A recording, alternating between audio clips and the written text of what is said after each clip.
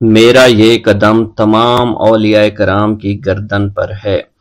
ایک مرتبہ محلہ حلبہ میں اپنے مہمان خانے میں وعظ فرماتے ہوئے حضور سیدنا غوث اعظم پر اچانک حالت کشف طاری ہوئی۔ آپ رحمت اللہ علیہ نے فرمایا، میرا یہ قدم ہر ولی اللہ کی گردن پر ہے۔ یہ ارشاد سن کر تمام اولیاء اللہ نے اپنی گردنیں جھکا دیں۔ صلحائے امت نے اس کی توضیح فرمائی ہے کہ آپ رحمت اللہ علیہ کے عہد مبارک اور بعد میں قیامت تک آپ کی عطا کے بغیر ولی اللہ ولایت کے درجے پر فائز نہیں ہو سکتا۔ سلطان الہند حضرت خواجہ معین الدین چشتی المعروف خواجہ غریب نواز اس وقت خراسان کے پہاڑوں پر مجاہدات میں مشغول تھے۔ انہوں نے بھی حضور سیدنا غوث اعظم کا ارشاد گرامی سن کر اپنی گردن جھکا دی اور یوں عرض گزار ہوئے، آپ کے قدمین شریفین میرے سر اور میرے آنکھوں پر ہیں۔ حضور سیدنا غوث اعظم فرماتے ہیں کہ میں 10 برس کی عمر میں اپنے شہر کے مکتب میں حصول علم کے لیے جایا کرتا تھا۔ اس وقت میرے ساتھ ملائکہ بھی ہوتے تھے جو میرے آگے پیچھے میری حفاظت کے لیے چلتے تھے۔ جب میں مدرسہ پہنچتا تو یہ منادی کرتے تھے، اللہ کے ولی کے لیے جگہ خالی کر دو۔ چنانچہ وہ میرے لیے جگہ خالی کر دیتے تھے۔ ایک مرتبہ میں نے ایک ایسے شخص کو دیکھا جس نے فرشتوں کی آواز سن کر کہا، جس میں کوئی مزاحمت نہ ہوگی، کہ یہ ایک نہایت معزز گھرانے کا فرد ہے اور عن قریب اس کو وہ عظمت حاصل ہوگی جس میں کوئی مزاحمت نہ ہوگی، اور اس کو ایسا قرب نصیب ہوگا کہ اس کو کوئی فریب نہ دے سکے گا۔ پھر 40 برس بعد میں نے اس شخص کو پہچانا۔ وہ شخص ابدالوں میں سے تھا۔ حضرت شیخ ابو سعود احمد بن بکر حریمی سے مروی ہے کہ حضور سیدنا غوث اعظم نے فرمایا کہ میں 55 سال تک تنہا عراق کے بیابانوں میں پھرتا رہا۔ میں لوگوں کو نہ جانتا، لوگ مجھے نہ جانتے۔ اسی دوران میرے پاس رجال الغیب اور جنات تشریف لاتے جنہیں میں طریقت اور اصول کی تعلیم دیتا تھا۔ ابتدا میں جب میں عراق میں داخل ہوا تو حضرت خضر میرے ہم سفر بنے، اور بعد میں اس وقت ان کو پہچانتا نہ تھا، اور اس کے ساتھ میرا معاہدہ ہوا کہ میں ان کے کسی حکم کی خلاف ورزی نہیں کروں گا۔ ایک مرتبہ انہوں نے مجھے ایک جگہ بیٹھنے کا حکم دیا اور میں اس جگہ 3 سال تک بیٹھا رہا۔ سال میں ایک مرتبہ حضرت خضر میرے پاس تشریف لاتے، فرماتے کہ یہی تیرا مقام ہے جہاں تجھے پہنچایا گیا ہے۔ اس عرصہ کے دوران تمام نفسانی خواہشات مجھ پر انسانی شکل میں وارد ہوئیں، لیکن اللہ عز و جل نے مجھے ہر موقع پر استقامت عطا فرمائی اور مجھے ان خرافات سے بچائے رکھا۔ ابتدا میں میرا نفس مجاہدہ کا کوئی طریقہ اختیار کرتا تو میں اس پر قائم ہو جاتا اور کسی چیز کو قبول نہ کرتا تھا۔ ایک طویل مدت تک اپنا گلا گھونٹتے ہوئے میں مدائن کے جنگلوں میں مجاہدات میں مشغول رہا۔ حضور سیدنا غوث اعظم فرماتے ہیں کہ میں نے اپنے نفس کو مختلف مجاہدوں، مختلف ریاضتوں اور مختلف مشقتوں میں ڈالے رکھا۔ 1 سال تک میں گری ہوئی چیزیں اٹھا کر کھاتا رہا، دوسرے سال پانی پر گزارا کیا، اور تیسرے سال نہ میں نے کچھ کھایا، نہ پیا اور نہ ہی سویا۔ ایک مرتبہ شدید سردی کی وجہ سے میں ایوان کسریٰ کے کھنڈرات میں سویا تو رات بھر میں 40 مرتبہ طبیعت خراب ہوئی۔ حضور سیدنا غوث اعظم فرماتے ہیں، ہر سال ایک بزرگ آتے اور وہ مجھے جبہ دے کر چلے جاتے۔ اسی طرح میں نے بے شمار طریقوں سے دنیا اور نفس سے چھٹکارا پانے کی کوشش کی۔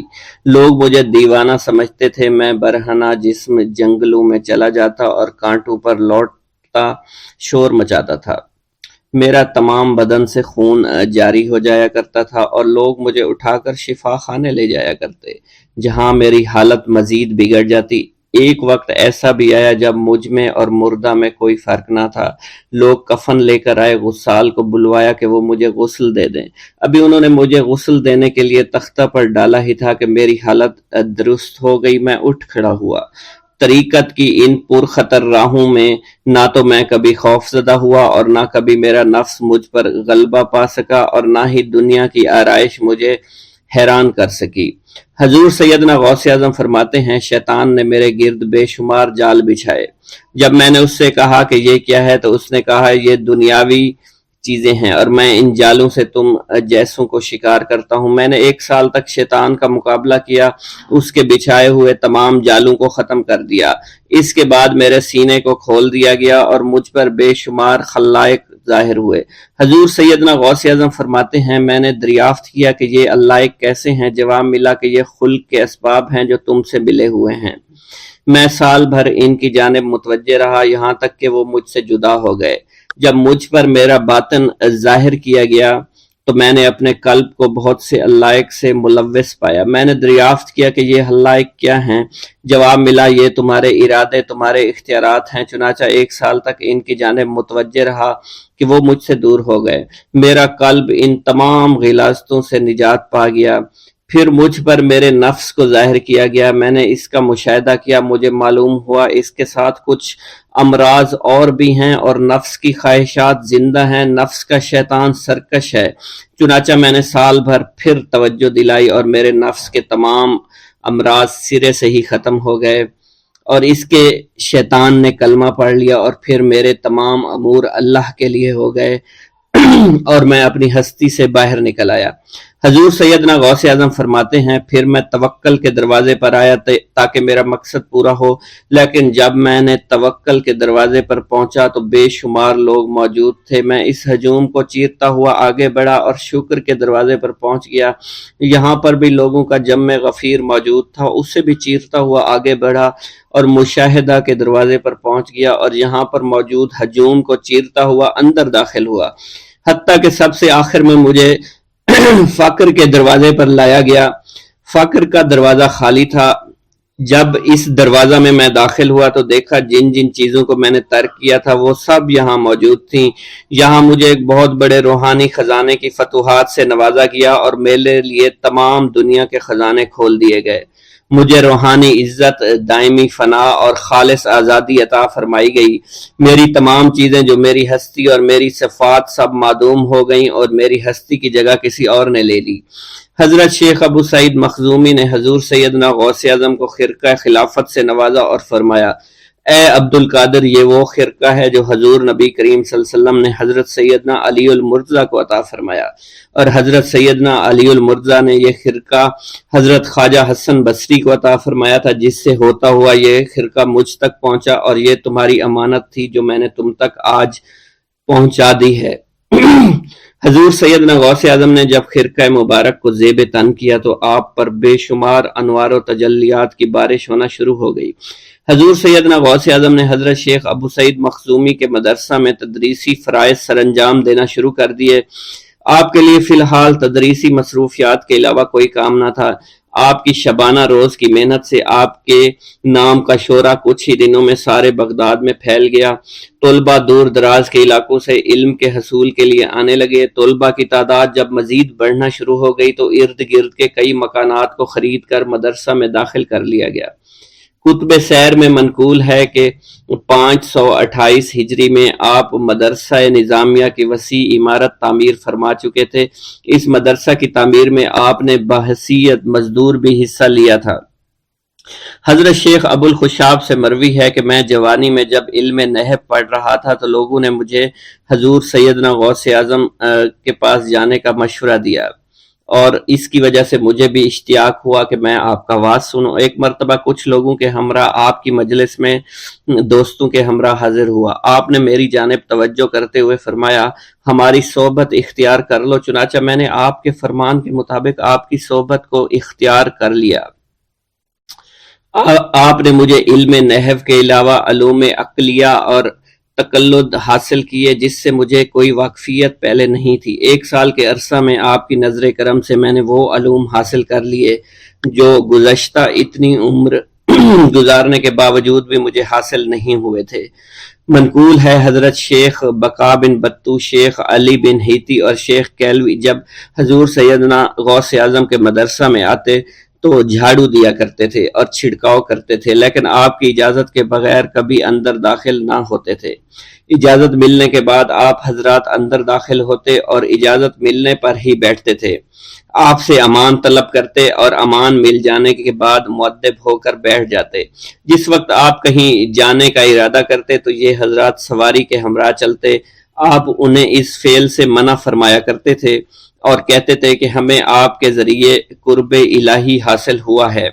حضرت شیخ محمد قائل الادنیٰ سے مروی ہے کہ ایک مرتبہ حضور سیدنا غوث اعظم سے دریافت کیا گیا کہ آپ کی بزرگی اور عظمت کا راز کیا ہے؟ آپ نے فرمایا کہ میں کبھی جھوٹ نہیں بولتا اور کبھی کسی سے کذب بیانی نہیں کرتا۔ بسم اللہ الرحمن الرحیم۔ حضور سیدنا غوث اعظم کی پرورش نہایت ہی بابرکت ماحول میں ہوئی۔ آپ نے ابتدا میں گوشہ نشینی اختیار کی اور خود کو دنیاوی غلاظتوں سے پاک رکھا۔ آپ نے 51 برس کی عمر میں شادی کی۔ جب آپ سے اس کے بارے میں دریافت کیا گیا تو آپ نے فرمایا، جب مجھے حضور نبی کریم صلی اللہ علیہ وسلم نے نکاح کی اجازت دی تو میں نے نکاح کر لیا۔ حضور سیدنا غوث اعظم رحمۃ اللہ علیہ نے اپنی ذات کو اللہ عز و جل کی خوشنودی کے لیے وقف کر رکھا تھا۔ آپ کی راتیں جاگ کر گزرتی تھی اور ساری رات آپ مراقبہ اور مشاہدہ میں گم رہتے تھے۔ آپ کی عادت مبارکہ تھی کہ آپ سجدہ کو دراز کرتے تھے اور بیٹھ کر مراقبہ فرماتے تھے۔ اسی دوران آپ کا جسم مبارک نورانی شعاؤں کے زیر اثر ہوتا تھا اور کئی مرتبہ آپ ان نورانی شعاؤں میں غائب ہو جایا کرتے تھے۔ حضور شیخ ابو عبداللہ بن حسنین بن ابی فضل فرماتے ہیں کہ سیدنا غوث اعظم کے بعض دہقانی مریدین ہر سال آپ کے لیے گیہوں بوتے تھے اور جائز طریقہ سے اسے پالتے تھے۔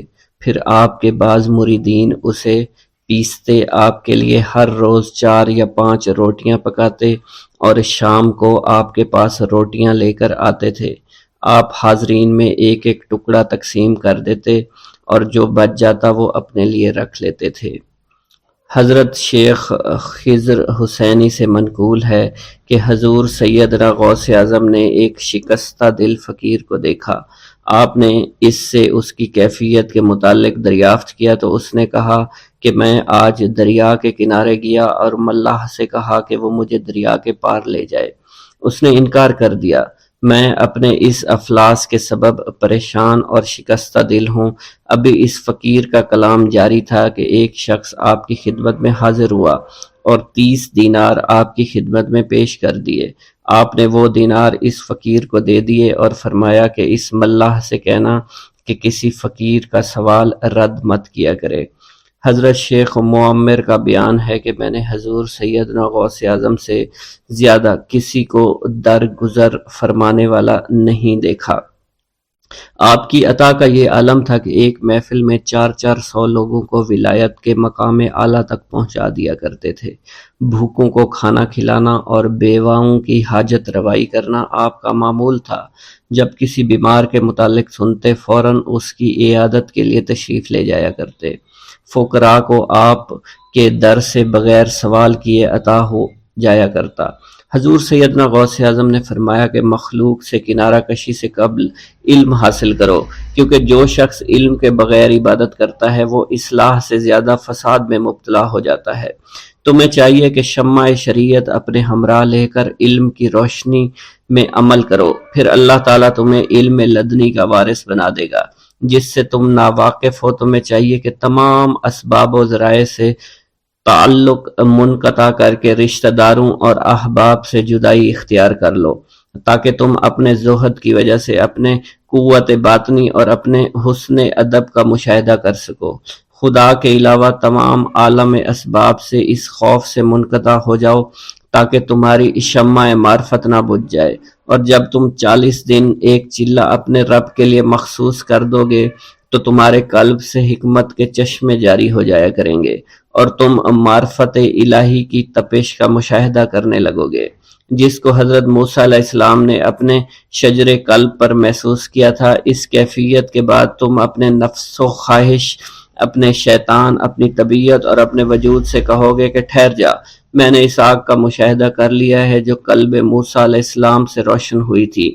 اس کے بعد تمہارے قلب میں باطن سے یہ آواز آنے لگی کہ میں ہی تمہارا رب ہوں، میری ہی عبادت کرو، میرے غیر کی اطاعت سے گریزاں ہو جاؤ۔ میرے سوا کسی سے تعلق مت رکھو، میری معرفت حاصل کر کے میرے غیر کو فراموش کر دو، غیر سے اعراض کر کے صرف میرے علم، میرے قرب، میرے ملک اور میری سلطنت کی جانب متوجہ رہو۔ جب تمہیں بقائے الہی حاصل ہو جائے تو تمہاری زبان پر اللہ تعالیٰ کا نام جاری ہو جائے گا، اور تمہارے حجابات رفع ہو کر قلب سے کدورت زائل ہو جائے گی، اور نفس کو مکمل سکون حاصل ہوگا۔ پھر جب اس کے الطاف غالب آ جائیں تو تمہیں خطاب کیا جائے گا، اے قلب فرعون، نفس کی طرف توجہ کر اور ان کو راہ ہدایت پر چلا، میری جانب آ جا اور ان سے کہہ دے کہ میرا ہی اتباع کریں، پھر انہیں رشد کے راستے پر ہدایت کر کے ان سے تعلق قائم کر، اس کے بعد پھر قطع تعلق کر کے دوبارہ استوار ہو کر آ جا اور اسی طرف استوار ہو کر دیکھتا رہے۔ حضرت شیخ معمر سے منقول ہے، فرماتے ہیں ایک مرتبہ میں حضور سیدنا غوث اعظم کی خدمت میں حاضر تھا، آپ بیٹھے کچھ لکھ رہے تھے، اسی دوران چھت سے 3 مرتبہ مٹی گری، چوتھی مرتبہ ایسا ہوا تو آپ نے جلال میں آ کر اس جگہ دیکھا جہاں سے مٹی گر رہی تھی، اسی دوران ایک چوہا اس جگہ سے نیچے گرا اور مر گیا، اور یہ چوہا ہی وہاں سے مٹی کو کھود رہا تھا۔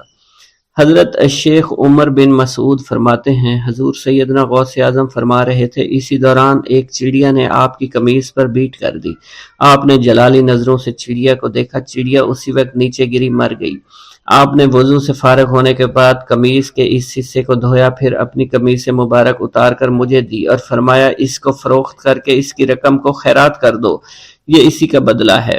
منقول ہے حضور سیدنا غوث اعظم کے زمانہ میں ایک بہت ہی گناہگار شخص تھا، لیکن اس کے دل میں آپ سے بے پناہ محبت تھی۔ جب اس کے مرنے کے بعد اس کو دفن کیا گیا تو قبر میں منکر نکیر نے سوالات کیے، تو اس نے ہر سوال کے جواب میں شیخ عبد القادر کہا۔ منکر نکیر نے اللہ کی بارگاہ میں اس کے جواب کو پیش کیا تو حکم ہوا اگرچہ یہ بندہ فاسقوں میں سے ہے، لیکن یہ میرے محبوب جو کہ صادقین میں سے ہیں ان سے محبت رکھتا ہے۔ قصیدہ غوثیہ شیخ عبد القادر جیلانی رحمۃ اللہ علیہ سے منسوب قصیدہ غوثیہ کے فضائل و برکات اور اس کو پڑھنے کا طریقہ اور اس سے کیسے فیض پایا جا سکتا ہے، تمام تر معلومات چھوٹی سی ویڈیو میں پیش ہیں۔ ناظرین گرامی، اللہ پاک کا اپنے مقرب بندوں پر ایسا خاص کرم ہے کہ اس کی زبان سے نکلنے والے الفاظ اور قلم سے ظاہر ہونے والے نقوش میں بھی اتنی برکت رکھ دیتا ہے کہ خالق خدا ان نفوس قدسیہ کے متبرک کلام کو اپنا ورد وظیفہ بنا کر مصائب و آلام سے خلاصی پاتے ہیں اور دنیا آخرت کے ساتھ اپنی دنیا کو بھی سنوار لیتے ہیں۔ اس مبارک سلسلے کی ایک ایسی کڑی غوث الاغیاث قطب الاقطاب غوث اعظم شیخ عبد القادر جیلانی کی طرف سے منسوب عربی قصیدہ بنام قصیدہ غوثیہ ہے۔ اس قصیدے میں آپ نے اپنے اوپر ہونے والے فضل خداوندی کا ذکر فرمایا ہے، حدیث نعمت کے طور پر منصب ولایت و معرفت الہی میں اپنے بلند مقام اور اعلیٰ مرتبے سے دنیا کو آگاہ فرمایا ہے۔ کثیر اولیاء کرام اور مشائخ عظام نے اس مبارک قصیدہ کو بطور وظیفہ بنا کر اس حوالے سے حاصل ہونے والے فوائد اور برکات کو بیان فرمایا ہے۔ اسی طرح ایک کتاب مدنی پنج سورہ میں قصیدہ غوثیہ کو تحریر کیا جا چکا ہے، اس کے چند فوائد اور برکات فرمائے گئے ہیں، ان میں سے چند فضائل و برکات آپ سے شیئر کر لیتے ہیں۔ قرب خدا پانے کے لیے ایک مجرب عمل ہے، تفسیر خلائق کے لیے از حد کارآمد ہے اور قرب خداوندی کے حصول کا ذریعہ ہے۔ اس لیے آپ نے کرنا یہ ہے کہ نماز عشاء کے بعد 41 بار اس کو پڑھنا ہے اور 41 دن ہی اس کا پڑھنا کافی ہے، اس کے بعد پڑھنا اپنا معمول بنا سکتے ہیں۔ ناظرین گرامی، قصیدہ غوثیہ کند زہر یا جس کا قوت حافظہ کمزور ہے اس کے لیے یہ ایک مجرب عمل ہے۔ اس قصیدہ مبارکہ کو 3 بار صبح کے وقت 11 عدد بادام پر پڑھے اور صبح نہار منہ ان بادام کو کھا لے، انشاءاللہ 21 دن بعد قوت حافظہ بڑھ جائے گا۔ اس قصیدہ مبارکہ کو 3 بار پڑھنے والے کو عربی میں بصیرت حاصل ہوگی، قضائے حاجات کے لیے مجرب وظیفہ ہے۔ ہر مشکل سخت کام کے لیے 40 روز بلا ناغہ 3 بار پڑھیں، انشاءاللہ مشکل سے چھٹکارا مل جائے گا۔ حضور غوث پاک شیخ عبد القادر جیلانی رحمت اللہ علیہ کی زیارت کے لیے بھی یہ ایک مجرب عمل ہے۔ جو شخص اس قصیدہ غوثیہ مبارک کو اپنے سامنے رکھے اور نماز عشاء کے بعد 11 بار اوپر سے دیکھ کر پڑھے، مقبول بارگاہ وسیعت ہوگا اور حضور سیدنا غوث اعظم کی زیارت فیض بشارت سے مشرف ہوگا۔ کسی قسم کے امراض سے نجات پانے کے لیے قصیدہ غوثیہ کو مجرب مانا جاتا ہے۔ ہر مرض اور تکلیف کے لیے 3 بار یا 5 بار پانی پر دم کر کے پڑھیں اور دن میں 3 بار پڑھیں، انشاءاللہ شفا حاصل ہوگی۔ ناظرین گرامی، وہ میرے بہن بھائی جو کہ اولاد سے محروم ہیں یا اولاد نرینہ سے محروم ہیں، تو یہ عمل اولاد نرینہ کے لیے مجرب عمل ہے۔ ناظرین گرامی، اس قصیدہ مبارک کو صحیح خاص 41 مرتبہ پڑھ کر پانی پر دم کر کے 40 روز تک کسی خاتون کو پلایا جائے تو وہ حاملہ ہو جائے گی اور اللہ کے فضل سے اولاد نرینہ اس کے ہاں پیدا ہوگی۔ حضور غوث پاک کی برکت سے بیٹا عطا ہوگا۔ ناظرین گرامی، جس قصیدہ مبارکہ کے عمل کو جن اور آسیب سے بھی نجات پانے کے لیے مجرب عمل سمجھا جاتا ہے، آسیب صدا اور جن والے مریض کے لیے روغن یعنی تیل پر 41 مرتبہ پڑھ کر دم کر کے اس کے جسم پر ملیں تو سحر و آسیب دفع ہو جائے گا۔ دشمن سے نجات پانے کا عمل، ظالم سے نجات پانے کے لیے ہر روز دشمن کا تصور کر کے 7 بار پڑھے، انشاءاللہ۔ عبد الباقی رحمت اللہ علیہ نے اپنی کتاب تذکرہ الاکرام میں لکھا ہے، قصیدہ غوثیہ عالم وجد کیف میں ایک صدا ہے جس سے دل راحت محسوس کرتے ہیں۔ اس قصیدہ میں سرکار غوث اعظم نے اپنے اعلیٰ روحانی مقامات کا ذکر بطور تحدیث نعمت کیا ہے۔ فتوح الغیب کے حاشیہ پر لکھا ہے کہ جب حضرت غوث الثقلین شیخ عبد القادر جیلانی اس قصیدے کے بعد اشعار پڑھتے تو آخر میں ارشاد فرماتے۔ اسی طرح حضرت مولانا سید بہاؤالدین جیلانی نے اپنی کتاب غینۃ التابعین میں لکھا ہے کہ جو سالکین طریقت معمول قصیدہ کو سوچ سمجھ کر پڑھتے ہیں، ان کے روحانی مراتب میں حیرت انگیز ترقی ہو جاتی ہے۔ خوف و حرص کے موقع پر اس قصیدے کو پڑھنے سے سکون دل کی نعمت حاصل ہوتی ہے اور خوف و حرص کے بادل اس کے دل سے چھٹ جاتے ہیں۔ ناظرین گرامی، آخر میں حصول برکت کے لیے حضور غوث پاک کی منقبت میں سے چند اشعار پیش کرنا چاہوں گا۔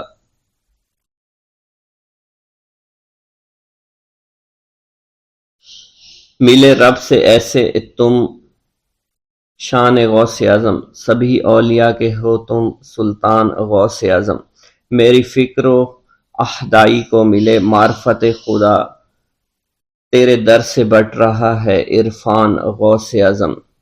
نکل آیا حکم پا کے ڈوبا ہوا سفینہ، کلام حق کا مظہر ہے زبان غوث اعظم۔ تیری نسبتوں سے کامل ایمان ہے دو جہاں کا، میرے دل میں بھی ہو نصب وہ نشان غوث اعظم۔ آغوش والدہ میں کیا مطمئن جاں کو تم نے، تم سے ہی طے ہوا ہے رمضان غوث اعظم۔ تیرے ذکر سے بلندی ملی ہے جہاں، سب کو تیرا ذکر یاد حق کا ہے۔ میرے دل میں بھی سما ہے وہ کتاب حق خدا، جو شکم میں تو نے سیکھا ہے وہ ہے قرآن غوث اعظم۔ جو بھی شعر و اذکار یہاں پر ذکر کیے گئے ہیں، آپ نے بھی کچھ شعر اگر آپ کو یاد ہیں تو ان کا تذکرہ ان باکس میں ضرور کر دیجیے گا۔ اللہ تعالی حضور پاک صلی اللہ علیہ وآلہ وسلم کے صدقے ہم سب کی مغفرت فرمائیں اور ہمارے علم، عمل، رزق، روزی، شان میں برکت عطا فرمائیں۔ ایک گاؤں کے بارے میں کہا جاتا تھا کہ جہاں قدرت کی بے پناہ نعمتیں تھیں، اللہ پاک نے وہاں کے لوگوں کو مالا مال کیا ہوا تھا۔ ایسی نعمتیں کہ جن نعمتوں کو دیکھ کر انسان اکثر مغرور ہو جایا کرتے ہیں، مگر وہاں پر کچھ مسلمان تھے، اور سب سے بڑی اور بری بات یہ تھی کہ وہاں کے تمام لوگ کافر تھے۔ وہ کفار اپنی دولت پر بہت فخر کیا کرتے تھے، کیونکہ ان میں ہر ایک انسان بہت دولت مند تھا۔ ہر ایک کے پاس بے بہا پیسے تھے، کسی کو پیسوں کی کمی نہیں تھی۔ وہاں کے سردار کی ایک اکلوتی بیٹی تھی جس کو سردار بے پناہ پیار کرتا تھا۔ اس سردار کی بیٹی بے پناہ مغرور، ظالم، گھمنڈی تھی۔ وہاں پر غریب لوگ صرف مسلمان ہی تھے، تمام کافر ایک دوسرے کی مدد کیا کرتے تھے، لیکن مسلمانوں کی مدد کرنے والا وہاں پر کوئی نہ تھا۔ وہاں پر انہیں کوئی دیکھنے والا نہ تھا۔ سردار کی بیٹی کو کالے جادو میں خوب مہارت حاصل تھی، اور وہ جادو کی وجہ سے وہاں پر رہنے والے غریبوں پر بہت ظلم کیا کرتی تھی۔ تمام مسلمان اس سے بے حد پریشان تھے، اور وہ لوگوں کو غلام بناتی اور مزدور بناتی تھی۔ اگر ان میں کوئی اس کی بات نہ مانتا تو اس کو قیدی بنا کر اپنے اشاروں پر نچایا کرتی تھی۔ اس بستی میں چونکہ اکا دکا مسلمان تھے جن کا کوئی پرسان حال نہیں تھا، کوئی بھی ان کو بچانے والا نہیں تھا۔ جب وہ سردار کی بیٹی کے ظلم حد سے بڑھ گئے تو مسلمانوں میں سے ایک بوڑھے شخص نے اللہ کے حضور گڑ گڑا کر دعائیں کی، اے اللہ، ہمارے چند نسلیں جو یہاں پر بچی ہوئی ہیں، ان نسلوں کو تو بچا لے۔ یہ سردار کی بیٹی جس نے ہمارا جینا دشوار کر رکھا ہے، یہاں کوئی بھی انسان ہمارا حال نہیں پوچھتا، اور نہ ہی ہمارے پاس مال و دولت ہے، اور نہ ہی ہمارے پاس جسمانی طاقت بچی ہے۔ یا اللہ، ہمارے لیے کوئی ایسا بندہ بھیج جو نہ صرف طاقتور ہو بلکہ اس جادوگرنی یعنی سردار کی بیٹی کو بھی ہرا سکے۔ اللہ رب العزت نے اس بوڑھے کی دعا کو قبول فرمایا، اور یوں اس جگہ پر ایک اللہ والے کو بھیج دیا۔ اور وہ اللہ والے ایسے ہی بستی میں داخل نہیں ہوئے، بلکہ ایک دن کچھ عجیب واقعہ ہوا۔ ان کافروں کا سردار جنگل میں سیر سپاٹے کرتے ہوئے نکلا تھا، بڑی شان سے چلتا ہوا وہ سفر کر رہا تھا۔ اچانک ایک زہریلا سانپ اس کے سامنے آیا۔ اس زہریلے سانپ نے بادشاہ کو ڈس لیا، اور وہ بے ہوش ہو کر زمین پر گر پڑا اور تڑپنے لگا۔ اس کے جو ساتھی تھے انہوں نے جب اپنے سردار کو یوں تڑپتا ہوا دیکھا اور سردار کی غیر حالت دیکھی تو کہ جسے ایک زہریلے سانپ نے کاٹ لیا ہے، تو وہ فوراً اسے اٹھا کر گھر لے آئے تاکہ اسے بچانے کے لیے کچھ کیا جا سکے۔ اس لڑکی نے اپنے باپ کی جب یہ حالت دیکھی تو اپنے آس پاس کے بڑے بڑے حکیموں کو بلایا، لیکن عجیب بات یہ تھی کہ لاکھ کوشش کے باوجود زہر نکالنے میں سارے ناکام ہو رہے تھے، اور زہر تیزی کے ساتھ اس کے جسم میں پھیلتا چلا جا رہا تھا۔ لیکن اسی وقت وہاں ایک درویش کی آمد ہوئی، ایک اللہ والے آئے، ان اللہ پاک نے اس مقصد کے تحت وہاں بھیجا تھا۔ اس اللہ کے ولی نے سردار کے گھر پر پہنچ کر دروازے کو کھٹکھٹایا۔ نوکروں نے پوچھا کون ہو، کس سے ملنا ہے؟ اس نے کہا میں نے سنا ہے کہ یہاں کے سردار کو سانپ نے ڈس لیا ہے۔ نوکر کہنے لگے کہ تمہیں کیسے پتا چلا کہ یہاں کے سردار کو سانپ نے ڈس لیا ہے؟ تم تو ہمیں اجنبی لگتے ہو، ہم نے تمہیں آج تک یہاں نہیں دیکھا ہے۔ اس نے کہا میں مسافر ہوں، اور مجھے خبر ملی ہے کہ یہاں کے سردار کو ایک زہریلے سانپ نے ڈس لیا ہے، اور کوئی بھی اس کا علاج نہیں کر پا رہا۔ نوکروں نے کہا تم کون ہو؟ اللہ والے نے کہا میں حکیم ہوں، اور میں ان کے علاج کی غرض سے یہاں آیا ہوں۔ وہ نوکر اللہ والے کی حالت دیکھ کر ہنسنے لگے، کیونکہ آپ نے پھٹے پرانے کپڑے پہن رکھے تھے اور دیکھنے سے بہت غریب معلوم ہوتے تھے۔ وہ نوکر کہنے لگے کہ اتنے بڑے سردار کا علاج کرو گے؟ ارے یہاں تو اس کے پاس بڑے بڑے حکیم بلائے گئے ہیں، ہمارے سردار کے پاس پیسوں کی کوئی کمی نہیں ہے، اور وہ تم جیسے غریب سے بھلا کیوں علاج کروائیں گے؟ درویش نے کہا اگر تم چاہتے ہو تمہارے سردار کی جان بچ جائے پھر مجھے اندر جانے دو۔ غلام کہنے لگا ٹھیک ہے، ہم اندر جا کر اجازت لے کر آتے ہیں۔ نوکر اندر گئے، سردار کی بیٹی سے کہا ایک غریب آیا ہے، کپڑوں سے فقیر معلوم ہوتا ہے، لیکن کہتا ہے میں سردار کا علاج کر سکتا ہوں، اور میں سردار کا علاج کروں گا۔ جو زہر تیزی کے ساتھ جسم میں پھیل رہا ہے میں اس کو باہر نکال پھینک کروں گا۔ اس کی بیٹی کہنے لگی ٹھیک ہے بلا لو۔ جب وہ اللہ والے اس کے گھر کے اندر گئے تو دیکھا سردار تڑپ رہا تھا، ٹانگ کو بار بار بستر پر پٹخ رہا تھا۔ اللہ والے نے اس کے پیر کی طرف دیکھا جہاں سانپ نے اس کو کاٹا تھا، اسی جگہ اللہ والے نے تھوک دیا، فوراً وہاں سے بھاگ گئے۔ اس کے سارے سپاہی اس کی بیٹی دیکھ کر حیران رہ گئے کہ یہ بھلا کون سا دیوانہ ہے، کمرے میں آیا، علاج کی بجائے اسی جگہ پر تھوک دیا جہاں صرف کاٹا تھا، اور بھاگ بھی گیا، اس کو کوئی گرفتار نہیں کر سکا۔ سردار کی بیٹی غصے میں تل ملا اٹھی کہ اس نے جو گستاخی کی ہے اس کی کوئی بات نہیں، تھوک کو میں صاف کروا دوں گی، مگر اس کو تو میں ابھی گرفتار کرواتی ہوں۔ اور اس نے اپنے سردار کے ایک نوکر سے کہا کہ اس تھوک کو صاف کرو۔ اس نوکر نے تھوک کو صاف کرنے کی بجائے اس کو اچھی طرح سے ٹانگ پر مل دیا۔ لڑکی نے کہا کیا کر رہے ہو؟ اس فقیر نے میرے باپ کی ٹانگ پر تھوک دیا، اب اس تھوک کو تم مل رہے ہو؟ حکیم نے اپنے ہاتھ کے اشارے سے سردار کے بیٹے کو روک دیا۔ جیسے اس تھوک کو سردار کی ٹانگ پر ملا گیا، فوراً سارا زہر ختم ہو گیا۔ جو ٹانگ کٹنے کے قابل تھی وہ ٹانگ بالکل ٹھیک ہو چکی تھی، جو نیلی پڑ چکی تھی اب اصلی حالت میں آہستہ آہستہ واپس آ رہی تھی۔ اور جب وہ قبیلے کا سردار بالکل ٹھیک ہو گیا، ہوش میں آ گیا، تو حیران رہ گیا۔ اسے بتایا کہ فقیر بابا کے تھوک کی وجہ سے آپ ٹھیک ہوئے ہیں۔ اس نے کہا وہ بزرگ تو ہمارے لیے مسیحا ہے، تم لوگوں نے انہیں جانے کیوں دیا؟ انہیں میرے پاس لے کر آؤ، انہوں نے ہم پر بہت بڑا احسان کیا ہے، ہم اس کے احسان کا بدلہ ضرور چکائیں گے۔ اس کی بیٹی جو خاموشی سے باپ کو دیکھ رہی تھی، اس نے کچھ بھی نہ کہا۔ گاؤں کے سردار کے کہنے پر سارے سپاہی اللہ والے کو ڈھونڈنے کے لیے نکل گئے۔ وہ چاروں طرف پھیل گئے، لیکن کہیں بھی اللہ والے کا پتہ نہیں چل رہا تھا۔ پھر جب سپاہی تلاش کرتے کرتے جنگل میں داخل ہوئے، وہاں ایک درخت کے نیچے ایک آدمی کو عبادت کرتے ہوئے دیکھا۔ وہ غور سے اس کو دیکھ رہے تھے اور کہہ رہے تھے یہ کس طرح کی عبادت کر رہے ہیں؟ ہم لوگ تو اپنے بتوں کے آگے ہاتھ جوڑتے ہیں، یہ نہ جانے کس کو سجدہ کر رہے ہیں۔ خیر، عبادت کے فوراً بعد اللہ والے کو پکڑ لیا، گاؤں کے سردار کے سامنے پیش کیا۔ وہ کہنے لگا آپ کون ہیں اور کہاں سے آئے ہیں؟ سب سے پہلے تو میں گستاخی کی معافی چاہتا ہوں، میرے لوگوں نے آپ کے ساتھ بڑی بدتمیزی کی، لیکن آپ کی وجہ سے آج میں زندہ ہوں۔ ہم گناہ گاروں کی وجہ سے آپ جیسے لوگوں کو بہت تکلیف ہوئی ہے، اس لیے میں معذرت چاہتا ہوں۔